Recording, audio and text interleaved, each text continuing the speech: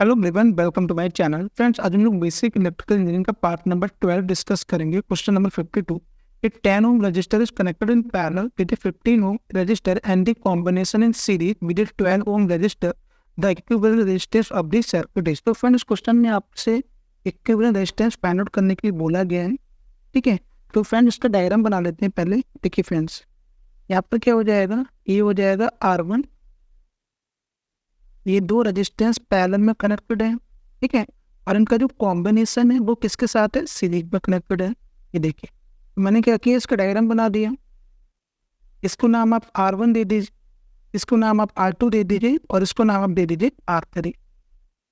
R1 की friend value है 10 ओम, R2 की वैल्यू है 15 ओम, और R3 की वैल्यू है 12 ओम।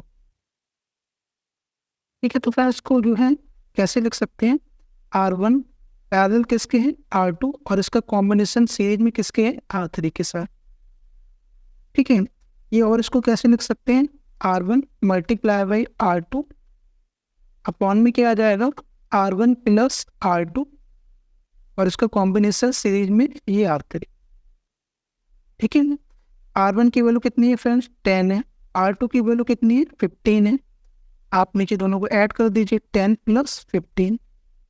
ठीक है, और R3 की वैल्यू कितनी है, 12। जब इसको सॉल्व करेंगे तो आपको मिल जाएगा, ये हो जाएगा 150 अपॉन 25 प्लस 12। यहाँ से कितना हो जाएगा फ्रेंड्स, 18 ओम। एक बार चेक करते हैं कौन सा ऑप्शन ठीक है। तो ऑप्शन में जो हमारा सी होगा वो उसमें करेक्ट हो जाएगा। Question 53, the Thevenin voltage across the terminal 1 and 2 of this circuit in figure. तो फ्रेंड्स, क्वेश्चन में आपसे टर्मिनल 1 and 2 के बीच में आपको थेवेनिन वोल्टेज की वैल्यू को फाइंड आउट करना है। ठीक है, तो उसको सॉल्व करते हैं। सबसे पहले हम लोग क्या करते हैं, डायग्राम बना लेते हैं। यहाँ पे देखिए फ्रेंड्स, ये डायग्राम है, एक 2 एम्पियर का करंट सोर्स है, और इसके पहले में लगा हुआ है 30 ओम का रेजिस्टेंस। और फ्रेंड देखिए, ये दो टर्मिनल है। ठीक है, इन दो टर्मिनल के बीच में आपको थेवेनिन वोल्टेज की वैल्यू फाइंड आउट करनी है। ये 60 ओम हो गया, और ये यहाँ पे वोल्टेज सोर्स लगा देते हैं। ठीक है, इसकी वैल्यू है 30 वोल्ट, इसकी वैल्यू है 60 ओम, और इसकी वैल्यू है 30, और ये फ्रेंड्स 2 एम्पियर। फ्रेंड सबसे पहले क्या करते हैं, सबसे पहले करंट सोर्स को कन्वर्ट करते हैं वोल्टेज सोर्स में। तो फ्रेंड जो पैरेलल में रेजिस्टेंस लगा हुआ है 30 ओम का, वो सीरीज में कनेक्ट हो जाएगा अगर हम इसको कन्वर्ट करेंगे वोल्टेज सोर्स में। ठीक है, तो इसको सॉल्व कर देखिए। यहाँ पे आप क्या करिए, पहले इसको चेंज कर लीजिए वोल्टेज सोर्स में। यहाँ पे बैटरी लग जाएगी B = IR से, और इसकी वैल्यू कितनी हो जाएगी, 60 वोल्ट। और यहाँ पे 30 ओम का रेजिस्टेंस आ जाएगा सीरीज में। ठीक है, और ये दो टर्मिनल मैंने यहाँ पे लगा दिए, और यहाँ से आप क्या कर दीजिए, सर्किट को कर दीजिए कंप्लीट। ये हो गया फिर 60 ओम, और बाकी यहाँ पे हो गया 30 वोल्ट। ठीक, ये 30 वोल्ट हो गया, ये हो गया 60 ओम, ये है 30 ओम, और 60 वोल्ट है। तो फ्रेंड देखिए, यहाँ से मैं आई निकाल सकता हूँ ना, अगर मुझे आई निकालना हो तो आई को मैं क्या लिख सकता हूँ, I equal to simple, I equal to V1 minus V2 upon R1 plus R2, ऐसे लिख देते हैं फ्रेंड्स के लिए। ठीक है, तो V1 कितना है, 60, V2 कितना है, 30, और ये हो जाएगा 30 प्लस 60। तो यहाँ से फ्रेंड्स कितना मिल जाएगा, आई इक्वल टू 30 अपॉन 90, मतलब 0.33 एम्पियर। ये फ्रेंड्स आपकी वैल्यू आ गई करंट की। अब फ्रेंड्स आप क्या करिए, अब आपको निकालना है VTH। तो मैं फिर से सर्किट को ड्रॉ करता हूँ। देखिए, यहाँ पे VTH हो गया, और इसके सीरीज में हो गया रेजिस्टेंस, और यहाँ पे आपको वैल्यू फाइंड आउट करनी है VTH की इन दो टर्मिनल के बीच में। और आगे एक 60 ओम लगा दीजिए, और यहाँ पे लगा दीजिए बैटरी वोल्टेज सोर्स। तो फ्रेंड इसकी वैल्यू कितनी थी, 60 वोल्ट। तो ये पॉजिटिव नेगेटिव आप मेंशन भी कर सकते हैं। ये कितना हो गया, ये 30 था, और ये कितना था फ्रेंड, 60 था। अब आपको क्या करना है, अब आपको यहाँ पे निकालना है VTH। तो फ्रेंड इसमें आप KVL लगा दीजिए सिंपल, तो क्या हो जाएगा माइनस का 60 प्लस 30, करंट की वैल्यू हमने अभी फाइंड आउट करी थी 0.33 प्लस कितना हो जाएगा BT है equal to 0।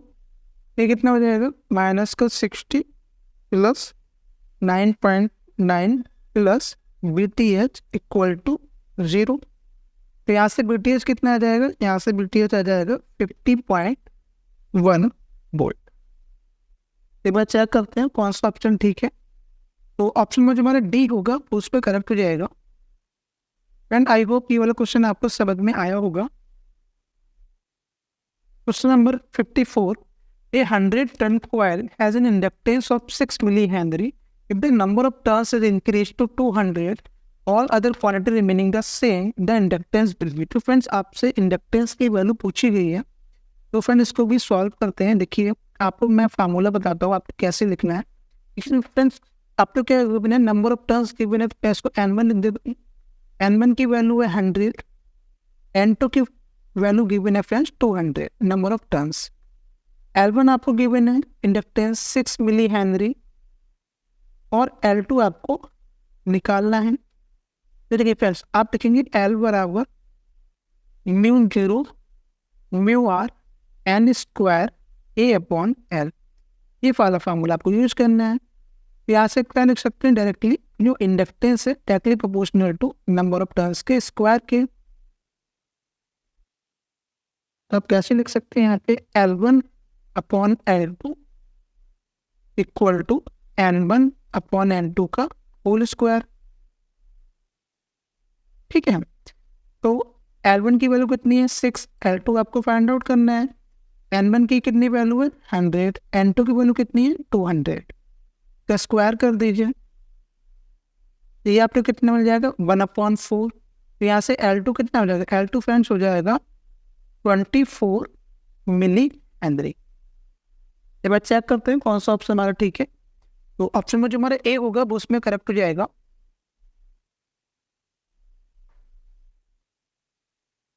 Question number 55, two electric bulbs have tungsten filament of same thickness. If one of them 60 watt, the other gives 100 watt then। तो फ्रेंड्स क्वेश्चन में आपसे बेसिकली ये बोला गया है, टू इलेक्ट्रिक बल्ब हैं जिनकी आपको जो थिकनेस है वो सेम है, और एक बल्ब अगर 60 वाट का है और दूसरा 100 वाट का है, तो उसमें से कौन से फिलामेंट की लेंथ ज़्यादा होगी 60 वाट की या 100 वाट की। तो ये आपको फाइनली सॉल्व करना है। ठीक है, तो उसको सॉल्व करते हैं। देखिए फ्रेंड्स आपको पता है कि पावर और रेजिस्टेंस में क्या होता है, इन्वर्सली रिलेशन होता है। ठीक है, तो मैं यहाँ पे लिखता हूँ, देखिए ई क्या होता है, इन्वर्सली प्रोपोर्शनल टू 1/r होता है। तो यहाँ से क्या होगा, पावर 60 वाट है, एक कंडीशन मैं ऐसे ही रखता हूँ। ठीक है, और दूसरी कंडीशन है 100 वाट की, वो आप इस पर लिख लीजिए। तो देखिए फ्रेंड 60 वाट की पावर कम है एज कम्पेयर टू 100 वाट, तो 60 वाट की पावर कम है तो फिर इसका रेजिस्टेंस ज़्यादा होगा एज कम्पेयर टू 100 वाट। ठीक है, इसका फ्रेंड मतलब क्या हुआ कि 60 वाट की पावर कम है एज कम्पेयर टू 100 वाट, तो 60 वाट का रेजिस्टेंस ज़्यादा होगा, मीन्स R1 की वैल्यू ज़्यादा होगी, तो उसकी लेंथ भी क्या होगी फ्रेंड ज़्यादा होगी। तो क्योंकि जो रेजिस्टेंस होता है डायरेक्टली प्रोपोर्शनल टू किसका होता है, लेंथ क्या होता है इसमें। ठीक है, इसको नाम मैं R1 देता हूँ और इसको नाम मैं R2 देता हूँ। ठीक है, तो क्योंकि 60 वाट की जो पावर है वो कम है एज कम्पेयर टू 100 वाट, और power it inversely proportional to resistance होता है, इसका मतलब R1 की वैल्यू ज़्यादा होगी। जब R1 की वैल्यू ज़्यादा होगी तो उसकी लेंथ भी क्या होगी ज़्यादा होगी। इसका मतलब 60 वाट के जो बल्ब है उसकी लेंथ क्या होगी ज़्यादा होगी। ठीक है, तो ऑप्शन में जो हमारा बी होगा वो उसमें करेक्ट हो जाएगा।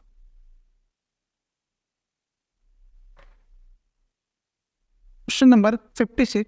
Determine the potential difference between the ends of a conductor when the conductor has a conductance of 0.4 Siemens and carrying a current of 8 ampere। तो फिर इस क्वेश्चन को आपसे क्वेश्चन को सॉल्व करते हैं, और इस क्वेश्चन में बेसिकली आपको क्या क्या गिवन है। देखिए फ्रेंड्स आपको कंडक्टर्स गिवन है, यानी जी आपको गिवन है कितना है 0.4, करंट आपको गिवन है 8 एम्पियर है। तो यहाँ से क्या कर सकते हैं, यहाँ से रेजिस्टेंस निकाल लीजिए। रेजिस्टेंस बराबर क्या होता है 1 अपॉन कंडक्टेंस। यानी क्या हो जाएगा 1/0.4। तो यहाँ से कितना मिल जाएगा ये 2.54। एफ एंड सिंपल ना V equal to I R का फॉर्मूला यूज कर लीजिए, तो V equal to I R हो जाएगा। I की वैल्यू है 8, R की वैल्यू कितनी है 2.5, तो कितना हो जाएगा ये 20 वोल्ट। ठीक है, तो ऑप्शन में जो हमारा बी होगा वो उसमें करेक्ट हो जाएगा 20 volt.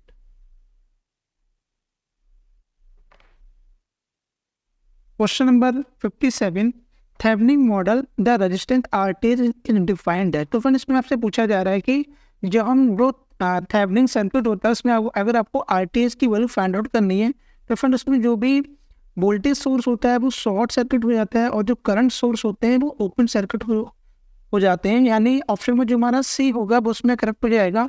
Means impedance calculated by replacing voltage current source with their impedance. मैंने आपको बताया अगर वोल्टेज सोर्स है, इंडिपेंडेंट वोल्टेज सोर्स है और आपको आरटीएच की वैल्यू फाइंड आउट करनी है, तो उस केस में जो वोल्टेज सोर्स होगा वो शॉर्ट हो जाएगा और जो करंट सोर्स होगा वो ओपन हो जाएगा। आई होप आपको ये वाला कंसेप्ट समझ में आया होगा। फ्रेंड मिलते हैं नेक्स्ट वीडियो में। आज हमने डिस्कस किया BEE का part number 12। Okay, thank you.